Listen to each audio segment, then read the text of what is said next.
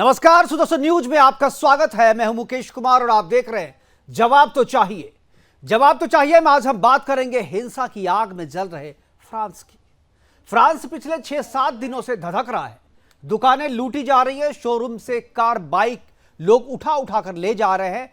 बुरके में दिख रही महिलाएं शॉपिंग मॉल से सामान भी उठा उठा कर ले जा रही है। एयरफिल टावर के आसपास धमाके हो रहे हैं, पूरा फ्रांस जल रहा है, धुआं धुआं ही दिख रहा है पूरे फ्रांस में। करीब 50,000 से ज्यादा पुलिस सड़कों पर दंगाइयों को कंट्रोल करने के लिए उतर चुकी है, लेकिन उपद्रवियों की उग्रता कम होने का नाम नहीं ले रहा। युवक की हत्या के विरोध में शुरू हुई हिंसा में फ्रांस के मुस्लिम शरणार्थियों की महत्वपूर्ण भूमिका है। फ्रांस में कट्टरपंथी इस्लाम अपना असली रंग अब दिखाने लगा है।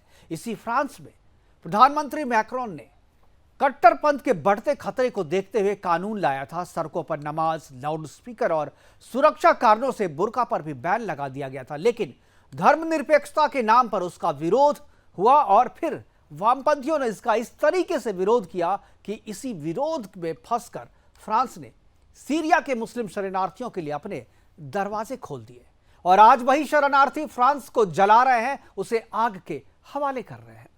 योगी सरकार के आने से पहले उत्तर प्रदेश में भी कट्टरपंथी इसी तरह हावी थे। कट्टरपंथ और मुस्लिम माफिया के गठजोड़ ने उत्तर प्रदेश में अशांति फैला रखी थी, लेकिन योगी सरकार के कड़े फैसले और नो टॉलरेंस अगेंस्ट क्राइम की पॉलिसी ने माफिया के होश ठिकाने ला दिए। उनके अवैध कब्जों को बुलडोज कर दिया गया, अपराधी और माफिया जेल और फिर काला पानी के लिए भेज दिए गए। तभी यूपी में शांति, खुशहाली और तरक्की है। कट्टरपंथ के खिलाफ फ्रांस भी यदि यही पॉलिसी अपनाई होती तो आज फ्रांस जल नहीं रहा होता, वहां भी आपातकाल की स्थिति पैदा नहीं हुई होती। ये बात केवल हम नहीं कह रहे, बल्कि यही बात फ्रांस के पड़ोसी देश पोलैंड के प्रधानमंत्री भी कह रहे हैं। फ्रांस जब सीरिया के मुस्लिम शरणार्थियों के लिए अपनी सीमा खोल रहा था, तभी पोलैंड ने अपनी सीमा पर पाबंदी और पुलिस की तैनाती बढ़ा दी थी और एक भी मुस्लिम शरणार्थी को पोलैंड में घुसने नहीं दिया था। और आज उसका परिणाम सबके सामने है। पोलैंड में शांति और खुशहाली है तो फ्रांस में आग और धुआं। आज अपने प्रोग्राम में हम चर्चा करेंगे कि क्या फ्रांस का यह हाल केवल मुस्लिम शरणार्थियों को अपने यहां जगह देने के कारण हुई है? क्या फ्रांस का जल्द ही इस्लामीकरण हो जाएगा? क्या कट्टरपंथ इस्लाम पूरे विश्व के लिए एक समस्या है और योगी मॉडल ही इसका एकमात्र उपाय? करेंगे चर्चा, और चर्चा के लिए हमारे साथ कुछ मेहमान होंगे, उनसे आपका परिचय करवाएंगे। लेकिन फ्रांस में जो हिंसा हो रही है उस पर हमने एक छोटी सी रिपोर्ट तैयार की है। पहले उस रिपोर्ट को देखते हैं, उसके बाद मेहमानों से आपका परिचय करवाएंगे और चर्चा की शुरुआत करेंगे।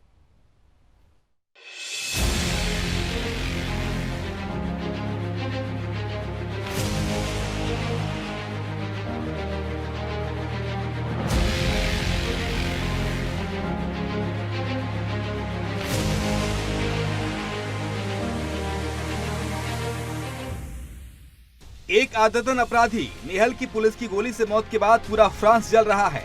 फ्रांस में अल्जीरियाई मूल मुस्लिम शरणार्थी नेहल कई बार कानून का उल्लंघन कर चुका था। जिस पुलिसकर्मी की गोली से नेहल की मौत हुई उस पर कानूनी कार्रवाई की गई है, लेकिन इसके बाद भी इस्लामिक कट्टरपंथियों ने फ्रांस को हिंसा की आग में झोंक दिया है। स्कूल, कॉलेज, कंपनियां, लाइब्रेरी को आग लगाई जा रही है, लूट की जा रही है। अल्लाहू अकबर का नारा लगाकर ये सब उन कट्टरपंथियों द्वारा किया जा रहा है जिनके लिए कभी फ्रांस में वेलकम रिफ्यूजी का नारा बुलंद किया गया था। आज वही तथाकथित रिफ्यूजी फ्रांस के लिए जहर बन चुके हैं। एक समय यूपी भी इस तरह हिंसा की आग में झुलसा था, लेकिन योगी सरकार में यूपी पूरी तरह से सुरक्षित है। जो दंगाई कभी यूपी को हिंसा और आतंक की प्रयोगशाला बनाते थे, योगी राज में उन उन्मादियों को मिट्टी में मिलाया जा रहा है। फ्रांस को जिहादी हिंसा की आग में जलता देख आवाज उठ रही है कि काश फ्रांस में भी योगी होते, काश फ्रांस की सत्ता योगी मॉडल को अपनाती तो विकसित फ्रांस, वैश्विक महाशक्ति फ्रांस आज इस्लामिक जिहाद की आग में जलकर तबाह न हो रहा होता। यूरोप के कई नेता सीधे तौर पर इसे मुस्लिम शरणार्थियों के आने से पैदा होने वाली समस्या बता रहे हैं। सोशल मीडिया ऐसे पोस्ट से भरा पड़ा है जिसमें कहा जा रहा है कि मुस्लिम शरणार्थी किसी भी देश में जाकर वहाँ की नियम नहीं मानते और हिंसा करते हैं। मार्टुस मोरावियाकी ने फ्रांस के दंगों पर तंज कसा है। उन्होंने एक वीडियो शेयर किया है जिसमें जलता हुआ फ्रांस दिख रहा है। इस वीडियो के बीच में शांति और सुकून वाला पोलैंड है। यूरोप में पोलैंड उन देशों में से एक है जिसमें एक भी अवैध मुस्लिम शरणार्थी नहीं है। पोलिश नेता डोमिनिक ट्रांजेसी का एक पुराना इंटरव्यू वायरल हो रहा है जिसमें वो कहते हैं कि अवैध मुस्लिमों के न होने से हमारा देश सुरक्षित है। गेट बिल्डर्स ने ट्वीट करते हुए कहा है, अगर आप जिहाद का ऐद करेंगे तो हैरान मत होइए कि आप खिलाफत बन जाएं। स्पष्ट है कि यूरोप कभी वेलकम रिफ्यूजी के बोट लहराता था, आज वही रिफ्यूजी उसी यूरोप को अपना कर शिकार बना रहे हैं। Bureau report, Sudarshan news. जिस शरणार्थी के लिए फ्रांस ने कभी वेलकम का बोर्ड लगाया था, वही शरणार्थी आज फ्रांस के लिए एक समस्या बन चुके हैं और उसी समस्या के कारण आज पूरा फ्रांस है वो जल रहा है। चारों तरफ धुआं ही धुआं नजर आ रहा है। करेंगे चर्चा, और चर्चा के लिए हमारे साथ कुछ मेहमान जुड़ गए हैं, उनसे आपका मैं परिचय करवा दूं। प्रमोद पहावा है, विदेशी मामलों के जानकार हैं, वो हमारे साथ है। सईद असगर अली है, मुस्लिम स्कॉलर के तौर पर, और ओपी गुप्ता है, पूर्व राजनयिक है। सभी मेहमानों का स्वागत है और चर्चा की शुरुआत मैं पहावा साहब से करना चाहूँगा। प्रमोद पहावा जी, क्या आपको लगता है फ्रांस में जो पिछले एक सप्ताह से करीब हो रहा है वो उसके पीछे वजह क्या मानते हैं? जिस तरीके से कहा जा रहा है कि शरणार्थियों ने बहुत ही ज़्यादा वहाँ पर उग्रता अपनाई हुई है और हिंसा लगातार कर रहे हैं और पुलिस के रोकने से भी नहीं रुक रहे हैं। क्या आपको लगता है कि जो इलीगल माइग्रेंट्स हैं वहाँ पर, मुस्लिम माइग्रेंट्स, वही इसकी मूल में है, या आपको लगता है कि नहीं इसके पीछे और भी कोई वजह हो सकती है? और एक जो यूपी मॉडल की बात हो रही है वो भी हम बात करेंगे, लेकिन पहले मैं जानना चाहूँगा कि आप इस वजह को क्या जायज़ मानते हैं, ये जो वजह बताई जा रही है? जी, अभी मैं आपको आगे की बात बताता हूँ कि फ्रांस में ऐसा क्यों। देखिए, एक स्पेन का बहुत बड़ा युद्ध हुआ था फ्रांस के साथ। स्पेन भी अपने आप में बहुत बड़ी सल्तनत होती थी। तो फ्रांस ने कहा था कि बेफिक्र आप हमला करते हैं, हम जीत जाएंगे, क्योंकि हमारी फिफ्थ कॉलम वहां है। किसी भी देश में कोई भी सेना तभी कामयाब होती है जब वहां के अपने अंदर के लोग, वहां पर मीर जाफर हो, वहां पर जयचंद हो। बाबर भी हिंदुस्तान में तभी आया था जब राणा सांगा ने बुलाया था। तो इसको किसी हिंदू मुस्लिम पॉइंट ऑफ व्यू से देखना तो मेरे ख्याल से मुझे नहीं लगता कि एक अच्छा होगा। और जितनी भी वैश्विक शक्तियां हैं, जितनी भी वर्ल्ड पावर है, वो हर कंट्री में अपना एक कॉलम बना के रखती हैं, जिसे फोर्थ कॉलम या फिफ्थ कॉलम कहा जाता है। कहीं ना कहीं उनके हमदर्द होते हैं। हमारे भारत में भी आपको अमेरिका के हमदर्द भी मिल जाएंगे, रूस के हमदर्द भी मिल जाएंगे, चीन के हमदर्द भी मिल जाएंगे, और तो और पाकिस्तान के हमदर्द भी मिल जाएंगे। इस बात को कहने में, इस बात को मानने में कोई कोताही नहीं होनी चाहिए। और जब जनता परेशान हो जाती है तो उसको सिर्फ एक छोटा सा बहाना चाहिए होता है अपनी सत्ता के विरुद्ध खड़े होने के लिए, और ऐसा ही एक बहाना बना। अमेरिका में आपको याद हो, ब्लैक लाइफ मैटर्स के नाम से एक चला था। बिल्कुल बिल्कुल। तो उसमें तो कोई शरणार्थी नहीं था, वो तो अमेरिका के ही लोग थे। जर्मनी में भी हो रहा है, ज्यादातर यूरोप में हो रहा है। नहीं, लेकिन जर्मनी और अमेरिका के हालात की तुलना फ्रांस में अभी के हालात से आप नहीं कर सकते। फ्रांस में ऐसा पहली बार नहीं हुआ जब इस्लामी कट्टरपंथ जो है उन्होंने फन उठाया है अपना, और अब पहली बार सरकार ने कोई कार्रवाई नहीं की है। जो प्रधानमंत्री मैक्रोन है, उन्होंने पहले भी लाउड स्पीकर पे और सार्वजनिक जगहों पे नमाज पढ़ने में रोक लगाया हुआ है, बुर्के पे रोक लगाया हुआ है, और कट्टरपंथी इस्लाम के जो है वो फ्रांस के लिए एक समस्या, ये पहले भी रिकॉग्नाइज किया जा चुका है। नहीं, अगर इस्लाम के कट्टरपंथी किसी देश के लिए समस्या होते तो आज सबसे बड़ी समस्या तो स्वीडन में होनी थी, जहां ईद के दिन कुरान पाक की बेहुरमती की गई। लेकिन ऐसा नहीं हुआ ना। तो हम किसी भी एक जगह नहीं हुआ पावा साहब, देखिए, मणिपुर में तो मुसलमान नहीं है ना। नहीं, मणिपुर में मुसलमान नहीं है, मणिपुर में ईसाई है। वहाँ की बात को अलग बात करेंगे। हर एक जगह की हालत आप मानेंगे फ्रांस से भी खराब है। नहीं, अभी वहाँ पर दूसरी हालत है। आप उसकी बात इस प्रोग्राम में हम उसकी बात नहीं करेंगे। उसके लिए हमने 3 प्रोग्राम कर चुके हैं हम लोग। उसमें जो समस्या थी वो हमने चर्चा कर ली है। लेकिन आप हमेशा देखिए, मैं बता रहा हूँ, मैं आप 10 साल 15 साल पहले जिस तरीके से, जिस नजरिए से विदेशी समस्याओं को देखी जाती थी, वो आज बिल्कुल बदल चुका है। आप लोग कहते हैं कि नहीं, हिंदू मुसलमान नहीं करना चाहिए। आखिर मुसलमान जब हर एक देश में हर एक समस्या के पीछे मुसलमान नजर आता है तभी तो लोग कहते हैं, कोई पहली बार में तो नहीं कह देते। अगर आपका चैनल चल रहा है और किसी मुसलमान ने आपके विरुद्ध आवाज नहीं उठाई तो आप समझ लें कि मुसलमान सब जगह ऐसे नहीं होते। और वो भी हमारे यहाँ अच्छे लोग भी हैं, हमारे यहाँ अच्छे मुसलमान भी, हम उनको भी दिखाते हैं, और हमारे साथ जो बैठे हुए वो अच्छे मुसलमान है, इसीलिए बैठे हुए हमारे साथ, और हमारे प्रोग्राम में रोज बैठते हैं। हमारे प्रोग्राम में रोज किसी ना किसी मुस्लिम स्कॉलर को हम जगह देते हैं, वो अपनी बात रखते हैं। बिल्कुल हम मुख्य मुद्दे पर आते हैं जो आपका प्रश्न था। मेरा मानना यह है कि यूक्रेन के अंदर यूरोप की नाजायज दखल अंदाजी और अपनी जरूरत से ज्यादा उसकी दखल अंदाजी कहीं ना कहीं यूरोप में अनरेस्ट का रीजन है। चाहे वो जर्मन हो, पोलैंड हो, रोमानिया हो, बुल्गारिया हो या बाकी देश हो। तो उस तो अनरेस्ट आप के कारण इसको यहाँ उससे पर जो है, जो इस्लामिक चरमपंथी जो शरणार्थी हैं वो फ्रांस को आग लगा रहे हैं, आग के हवाले कर रहे हैं उसी अनरेस्ट के कारण, आपके हिसाब से? नहीं तो गोरे भी लगा रहे हैं सर, वहां फ्रांसीसी भी लगा रहे हैं। ऐसा तो नहीं है कि सिर्फ वहां पर मुस्लिम ही बैठे हों। नहीं, लूटपाट जो करने वाले लोकल में जो रिपोर्ट है वो फ्रांस की ही रिपोर्ट है। फ्रांस की रिपोर्ट के आधार पर ही मैं कह रहा हूँ कि उसमें जो चिन्हित किए गए हैं वो सारे शरणार्थी हैं। उनमें से 90% जो है वहाँ के मुस्लिम शरणार्थी हैं जिनको चिन्हित किया गया है कि ये दंगा वहाँ पर फैला रहे हैं, और इसीलिए ये चीज़ बताई जा रही है। जब भी दंगे फसाद होते हैं तो फिर उसमें लूटपाट जब शुरू हो जाती है तो फिर वहां कोई धर्म, कोई विचारधारा नहीं होती। वो फिर सिर्फ लूट होती है, और उस लूट में जिसको मौका मिलता है वो लूट के ले जाता है। नहीं, ऐसा चाहे नहीं वो होता भारत का 84 हो नहीं, या ऐसा अमेरिका हो ऐसा या कोई भी ऐसा कंट्री हो या 47। ठीक है, ठीक है, ये आपके विचार हैं। ओपी गुप्ता जी हमारे साथ हैं। ओपी गुप्ता जी, क्या आपको लगता है कि फ्रांस में जो पाहवा जी कर रहे हैं, आप पाहवा जी के बोलने से आप सहमत हैं, या आपको लगता है कि फ्रांस में शरणार्थी जो है एक मुख्य वजह है, अभी जो हिंसा फैल रही है, अभी जो फ्रांस आग में जल रहा है, उसके पीछे जो है वो शरणार्थी हैं? ये तो रिपोर्ट्स देखने पर साफ पता चलता है जी। कि इसमें शरणार्थी जो आए हुए हैं वेस्टर्न अफ्रीका से, वही लोग इन्वॉल्व हैं इसमें। और इसके लिए मुख्य रूप से फ्रांस की सरकार ही जिम्मेदार है, क्योंकि उन्होंने जो है आंख मूंद करके रिफ्यूजीज को एडमिट किया बिना उनके बैकग्राउंड को चेक किए हुए। तो इसको फ्रांस को अपने पॉलिसी में सुधार करना चाहिए और सिलेक्टिव रिफ्यूजीज को ही एडमिट करना चाहिए। इसमें जो रिफ्यूजीज आते हैं उसमें बहुत से स्लीपर सेल्स के आदमी रहते हैं जिनका काम ही रहता है कि वहां पर डिस्टरबेंस पैदा करना। बिल्कुल। तो ये बेसिक गलती फ्रांस से हुई है, उसी का नतीजा आज सामने आ रहा है। जहां तक किसी भी सोसाइटी का सवाल है, हर सोसाइटी में अच्छे लोग रहते हैं, कुछ बुरे लोग रहते हैं। तो ये पुलिस का काम है कि वो रेगुलरली स्क्रीन करती रहे और बुरे लोगों को छांटती रहे, और उनको फ्रांस में या इंडिया में कहीं भी घुसने नहीं दिया जाए।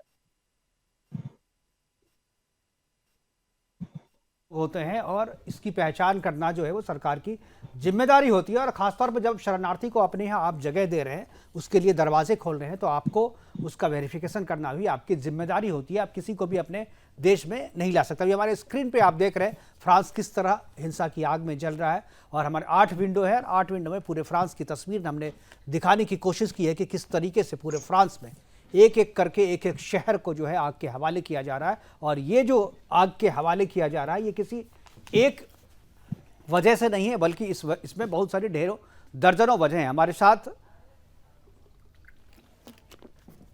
सईद असगर अली भी हमारे साथ हैं, मैं उनको भी स्क्रीन पे लाना चाहूँगा।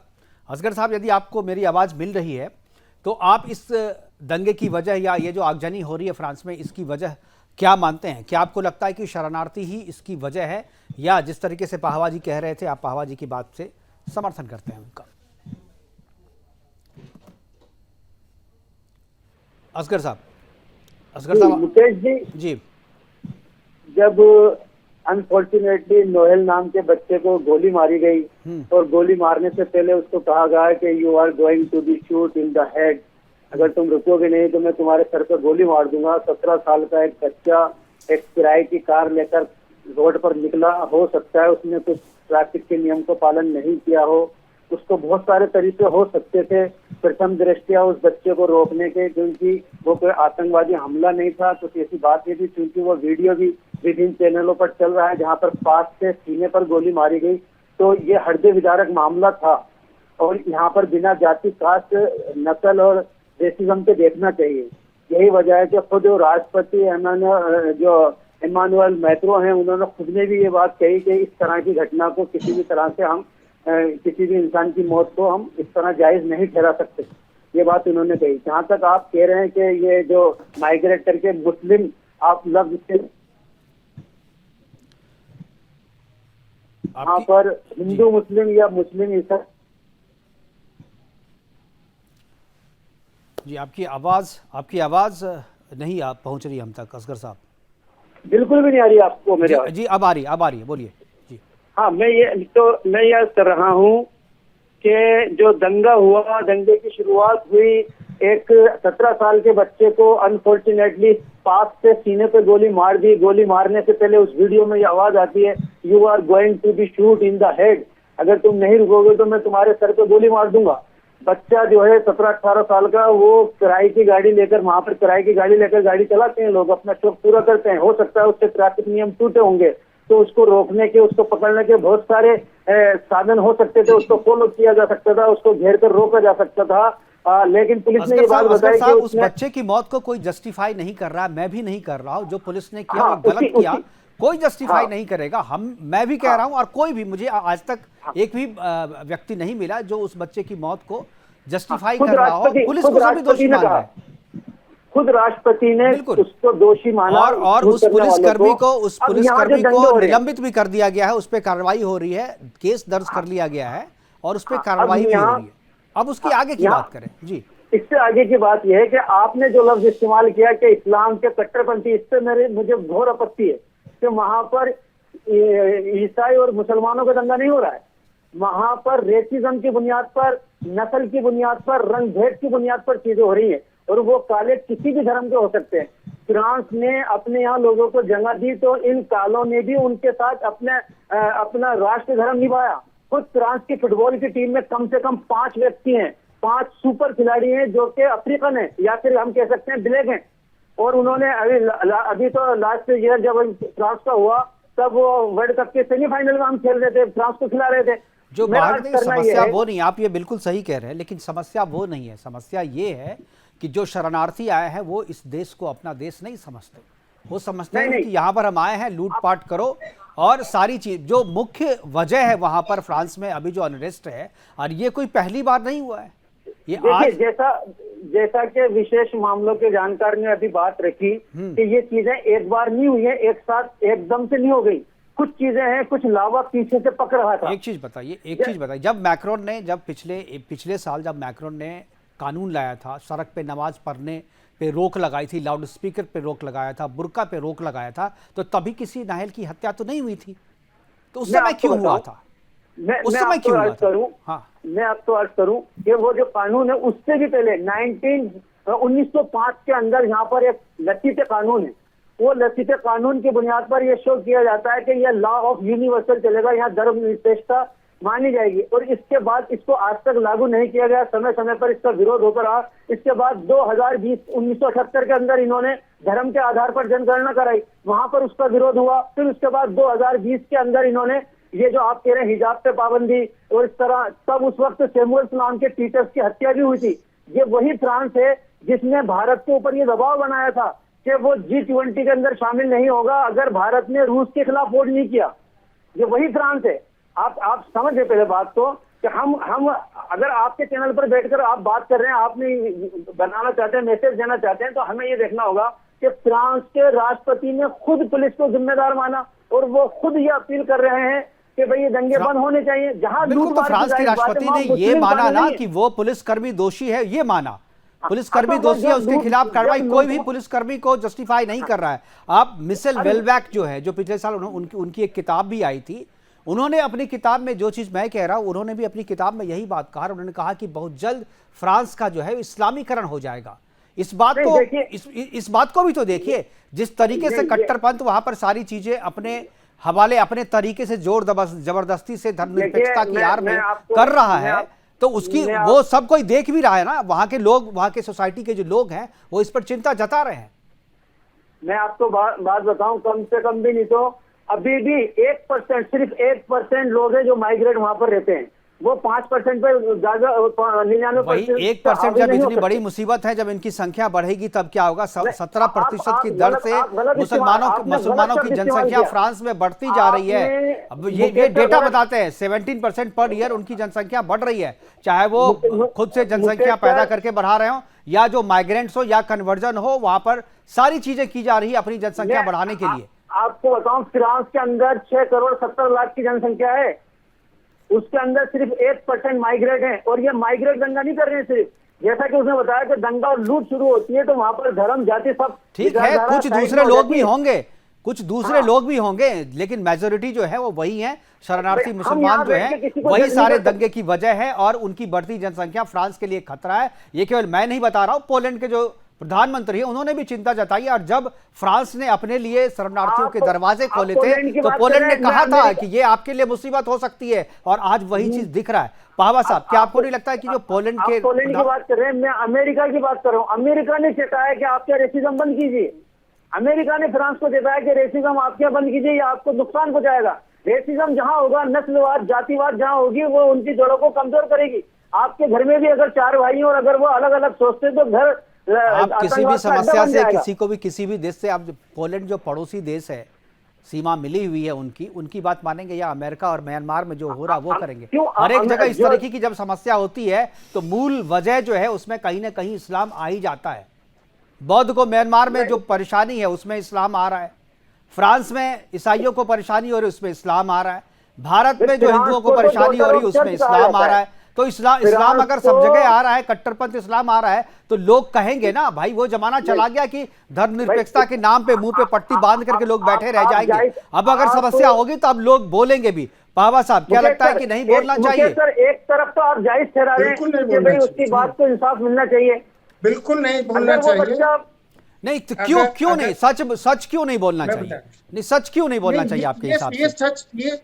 ये सच नहीं है, ये एक नफरत की ऐसी जहर पुरानी है जिसका कोई इलाज आने वाली पीढ़ियों तक भी नहीं रहेगा। नहीं, जितना मैं नहीं उधर से अगर आप किसी को मार रहे हैं, आप किसी को जला रहे हैं, वो नफरत नहीं, वो प्रेम से जला रहे हैं क्या आप? ये आग आप प्रेम से लगा रहे हैं क्या? ये जो हत्याएं आप कर रहे हैं प्रेम से कर, ये जो लूटपाट कर रहे हैं ये प्रेम से कर रहे हैं क्या? नफरत तो वो भी है ना। सुन लीजिए ना, आज दिल्ली में बीजेपी के नेता के परिवार पर हमला हुआ। आप ये पॉलिटिकल बातें मत कीजिए, आप यहाँ पे ये पॉलिटिकल चर्चा नहीं है, आप फ्रांस की चिंता कीजिए ना। आप पॉलिटिकल बात के लिए हम यहाँ नहीं बैठे हैं। बीजेपी कम से कम आप नहीं, जिन बातों से मैं आपसे सहमत नहीं हूँ वो तो कहने का मेरा हक ठीक है, आप सहमत नहीं होइए, आप बिल्कुल असहमत होने का अधिकार है, लेकिन पॉलिटिकल चीज बीच में मत लाइए ना। बीजेपी पे हमला हुआ या कांग्रेस पे जैसे अभी आपने चले हम फ्रांस तक रहते हैं, जैसे आपने अभी तक बताया, जैसे आपने अभी बताया कि फ्रांस के अंदर नमाज, सड़क पर नमाज रोकने पर और हिजाब पर, बुर्के पर पाबंदी लगी, तो उसकी वजह से रेडिकल या कट्टरपंथ बढ़ा। और ये नहीं, कट्टरपंथ बढ़ने लगा था इसलिए रोक लगानी पड़ी सरकार। मैं इसी बात को सर मैं इसी को बता रहा हूँ ना, पूरी बात सुनिए मेरी। ईरान के अंदर इस्लामिक क्रांति हुई थी 1979 में, बिल्कुल, और वहां पर हिजाब बांधना जरूरी है मुस्लिम लड़कियों के लिए, और मर्दों के लिए जरूरी है कि उनके घुटने नंगे ना हो। उसके अलावा सुन लीजिए, उसके अलावा वहां मस्जिद में लाउड स्पीकर लगा के आप अजान नहीं दे सकते, सड़क पर आप नमाज नहीं पढ़ सकते। वो आज भी है जी, वो आज भी है जी। तो वहां ऐसा नहीं है। और जहां तक माइग्रेशन और शरणार्थियों की बात है ना, पूरे अरब देश में जहां से इस्लाम ने पैदा हुआ, जहां से इस्लाम फैला, वहां पर तो लोग नियम मानते हैं, लेकिन भारत में नहीं मानते, फ्रांस में नहीं मानते। जहां नहीं मानते वहां विरोध होगा। इसी तरीके से सरकार सख्ती करेगी तो फिर जनता उसका विरोध करेगी, अब विरोध करेगी तो ये आगजनी होगी। यही बात तो मैं कह रहा हूं भाई, जो बात अरब देश में है तो वो फ्रांस में क्यों नहीं मानते आप? सर, साउथ एशिया से अच्छे तो नागरिक कहीं के भी नहीं है, चाहे वो किसी भी धर्म को मानने वाले हो। नहीं, मैं ये नहीं मानता, मैं आपकी इस बात से सहमत नहीं हूँ। सभी धर्म के मानने वाले नागरिक एक जैसे अगर होते तो इतनी समस्या ही नहीं होती सर, इतनी समस्या नहीं होती। आप लोगों ने जो धर्मनिरपेक्षता का चश्मा लगा करके सारी चीजों को डिफाइन करने की अब तक कोशिश की है, उसी की वजह से ये समस्या पैदा हुई है। अब उसी को आप लोग फिर से उसी तरीके से डिफाइन करके समस्या को और बढ़ा रहे हैं। पाहवा साहब, आपका अपना नजरिया हो सकता है, लेकिन आपके नजरिए से मैं बिल्कुल सहमत नहीं हूं। मैं बड़े धर्मनिरपेक्ष तो मुसलमान ही होते हैं, इस्लाम ही होता है। हाँ, वो आप कह सकते हैं, जो कि आपकी नजर में हो सकता है, लेकिन लोगों की नजर में नहीं है, फ्रांस की नजर में नहीं है, इसीलिए उन पे बैन लगाया गया है। भारत की नजर में नहीं है, हमारी नजर में नहीं है, आपकी नजर में हो आपकी सकता नजर में है, होगा, भारत की आपकी नजर में नहीं है। मुसलमान खुद कहता है, मुसलमान, अरे बाबा साहब, मुसलमान खुद कहता है कि उसके लिए कुरान पहले है और संविधान बाद में। इस्लाम का कोई भी व्यक्ति जो है वो पहले ये कहता है हमारे लिए कुरान पहले है, उसके बाद संविधान है, यानी पहले वो मुसलमान है फिर वो संविधान है, यानी धर्मनिरपेक्ष वो नहीं है, वो खुद अपने आप को मुसलमान कहता है कि हमारे लिए कुरान सर्वप्रथम है। सर इसका मतलब आप इस्लाम के बारे में जानते नहीं। मुझे कुरान ये कहता है कि सबसे पहले अपनी सरकार की बात माने। कुरान जब लिखी जा रही थी तब सरकार की कोई बात ही नहीं थी पावा साहब। ओपी गुप्ता साहब, मैं समझ गया आप क्या बोलना चाह रहे हैं, मैं भी समझ गया, मेरे दर्शक भी समझ गए, कोई बात नहीं। ओपी गुप्ता साहब, देखिए, मैं जो है वो दुबई में कॉन्सुल जनरल था और मुस्लिम कंट्रीज में भी पोस्टेड था जी। वहां मैंने कभी नहीं देखा कि सड़क पर बैठ के कोई नमाज पढ़ रहा। तो मिडिल ईस्ट में रहने वाले मुस्लिम्स जो हैं वहां की सरकार का, वहां के कानून का वर्ड बाय वर्ड पालन करते हैं, लेकिन जब वो भारत में है या नॉन मुस्लिम कंट्रीज में है तो वो कहते हैं कि कुरान हमारा ऊपर है, उस कंट्री का संविधान जो है उसके नीचे है। ये बेसिक प्रॉब्लम है जो कि नॉन मुस्लिम कंट्रीज में देखी जा रही है। तीसरा चीज जो सबसे इम्पोर्टेंट है कि मुस्लिम रिफ्यूजीज जो हैं वो मुस्लिम कंट्रीज में रिफ्यूज लेने नहीं जाते हैं, वो नॉन मुस्लिम कंट्रीज में जाते हैं। तो इसके बारे में भी इससे भी प्रॉब्लम होती है। बिल्कुल, जैसा मैंने पहले कहा कि जितने भी रिफ्यूजीज आते हैं उनकी प्रॉपर स्क्रीनिंग होनी चाहिए, ओपन गेट पॉलिसी नहीं होनी चाहिए। बिल्कुल, और मुस्लिम देश में ये शरणार्थी नहीं बनते हैं, ये दूसरे जो वहां नहीं जाते, बिल्कुल कभी नहीं आते। 57 देश है उसमें कभी शरणार्थी बन के नहीं गए, ये केवल आएंगे भारत में बांग्लादेश से निकल करके यहाँ आ जाएंगे, सीरिया से निकल करके फ्रांस चले जाएंगे, जर्मनी चले जाएंगे। अब पोलैंड ने रास्ता बंद कर दिया तो पोलैंड का विरोध करेंगे। लेकिन वहां की कंट्री जो है इनको वेलकम करती हैं, इसीलिए तो जाते हैं वहां पे। बिल्कुल, उनके असली चेहरे को तो पहचानना होगा ना सर। हाँ, तो वहां पे पुलिस का काम, इमिग्रेशन का काम, इंटेलिजेंस का काम, ये सब प्रॉपर टाइटनेस के साथ होना चाहिए। बिल्कुल। और असगर साहब, एक चीज यहाँ पर मैंने यूपी की बात करी है कि यूपी में भी इसी तरीके की समस्या थी। यूपी में भी इसी तरीके की समस्या थी जब 2017 के पहले जो है वहाँ पर भी इसी तरीके से माफिया और कट्टरपंथियों का राज था। और उसके बाद जब योगी की सरकार आई तो योगी की सरकार ने जो पॉलिसी अपनाई माफियाओं के खिलाफ और कट्टरपंथ मुसलमानों के खिलाफ, उसके बाद से यहाँ पर सुख शांति है। यहाँ पे तो तुलना जो है फ्रांस से की जा रही। बहुत सारे लोग करेंगे नहीं ये व्हाट्सएप यूनिवर्सिटी है। भाई, तुलना आप भी कर सकते हैं, अगर व्हाट्सएप पे पहले आ गया तो ये कोई ज़रूरी नहीं है कि व्हाट्सएप पे जो चीज़ें आई है उसकी तुलना आप नहीं कर सकते। तो क्या यूपी में जिस तरीके से सख्ती से कानून को लागू किया जा रहा है, जिस तरीके से नो टॉलरेंस अगेंस्ट क्राइम की पॉलिसी यूपी में अपनाई जा रही है, क्या आपको लगता है कि फ्रांस में भी उसी तरीके की पॉलिसी अपनाई जानी चाहिए, तभी इस तरीके के कट्टरपंथ से जो है मुकाबला किया जा सकता है? ओपी साहब, फ्रांस में जो है इस आगजनी के बाद जो है वहां के रूल रेगुलेशंस और भी कड़े होंगे और प्रॉपर तरीका वही है जो यूपी या और जगह किया जा रहा है कि पुलिस को, इंटेलिजेंस को, इमिग्रेशन को कांस्टेंट वॉच करना चाहिए और जो भी लॉ को वायोलेट करे उसके खिलाफ एक्शन होना चाहिए। जो वोट बैंक पॉलिटिक्स और more liberal than you, more secular than you, ये सब कहने वाले लोग ही जो है ये जिहादियों को जो है इनकरेज करते हैं, वो बंद होना चाहिए। बिल्कुल। पावा साहब, आप क्या कहेंगे? यूपी वाली जो पॉलिसी है वो फ्रांस में उसी तरीके से सख्ती होनी चाहिए या आपके हिसाब से छूट देनी चाहिए उन लोगों को, ताकि जो कर रहे हैं वो करते रहने देना चाहिए?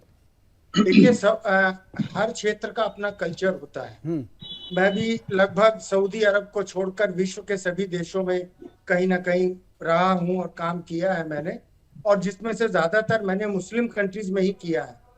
और बिल्कुल, आपकी बात से लग रहा है जी। हाँ, अल्हम्दुलिल्लाह सबसे ज्यादा वक्त मैंने पाकिस्तान में गुजारा और पाकिस्तान के बारे में मैं पाकिस्तानियों से भी ज्यादा जानता हूँ।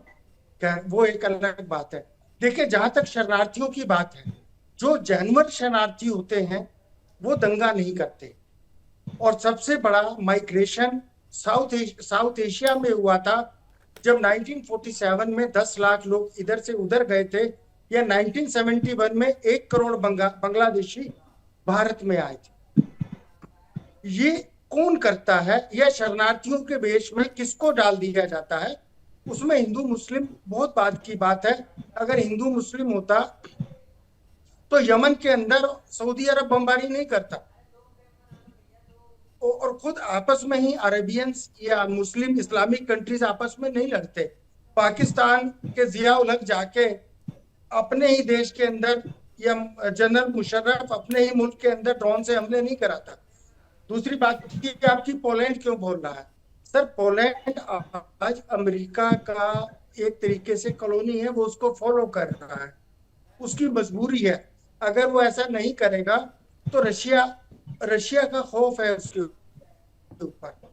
और इन सब के पीछे जहां तक मेरा मानना है, कहीं ना कहीं यूक्रेन की वजह से जो यूरोप में पब्लिक को मौका मिला और वो चला गया।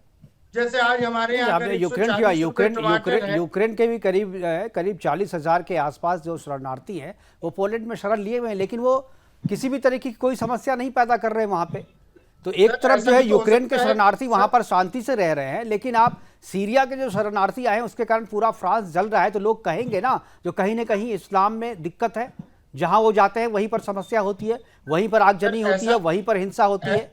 नहीं, ऐसा भी तो हो सकता है कि जो यूक्रेन से गए हैं उसमें से कम 5,000 लोग ऐसे हों जो चेचेनिया से गए हों शरणार्थी बन के।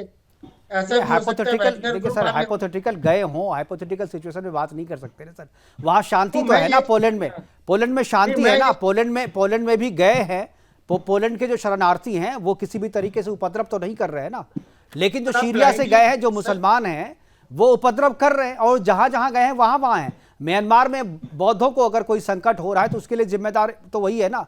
अगर फ्रांस में हो रहा है तो उसके लिए जिम्मेदार, भारत में अगर कुछ हो रहा है भारत में भी तो वही जिम्मेदार है। आखिर कब तक आप बचाएंगे सर? आप जैसे पढ़े लिखे लोग जब इस तरीके की चीज को जस्टिफाई करने लगते हैं ना, तो इनका हौसला और बढ़ता है। मुझे लगता है कि आपको एक बार उस पुराने चश्मे से एक बार नया चश्मा पहनिए सर, पुराने चश्मे से। आप पहली इंफॉर्मेशन दे रहे हैं। म्यांमार में तो रोहिंग्या परेशान हुए हैं, जो बेसिकली बस वही, ये पुरानी सोच है सर। आप इस सोच, जिस सरकार में आपने काम किया हुआ है ना, मुझे लगता है कि उस सोच से आप बाहर नहीं निकल पा रहे हैं। दुनिया बदल चुकी है, सोच भी बदलिए, तब मुझे लगता है कि आपका जब नजरिया बदलेगा तब आपको चीजें सही दिखने लगेंगी। फिलहाल हमारे साथ जुड़ने के लिए पाहवा जी आपका, ओपी गुप्ता जी आपका, और सईद असगर अली साहब आपका भी बहुत बहुत शुक्रिया। आप हमारे साथ जुड़े और अपनी अपनी बातें हमारे साथ साझा की। बहुत सारे लोगों के बहुत सारे मसले, लेकिन फ्रांस जो है, जो अभी जल रहा है, वो इसलिए केवल जल रहा है क्योंकि वहाँ के शरणार्थियों को वैसे शरणार्थियों को उसने जगह दी अपने यहाँ जो उनके लिए घातक सिद्ध हुए। सीरिया के शरणार्थियों के कारण पूरा फ्रांस जल रहा है, लेकिन लोगों का कहना है कि ये शरणार्थियों के कारण नहीं है, ये वहाँ का अपना इंटरनल रीजन हो सकता है। लेकिन फ्रांस पहले भी इस तरीके की कट्टरपंथ से जूझ रहा था, आज भी जूझ रहा है, और इसका कोई स्थायी उपाय है तो वही है जो उपाय योगी जी ने उत्तर प्रदेश में किया। वही उपाय अगर फ्रांस में भी वहाँ की सरकार करे तो शायद इस समस्या से परमानेंट उन्हें छुटकारा मिल जाए। फिलहाल अभी के लिए इतना ही, दीजिए इजाजत, नमस्कार।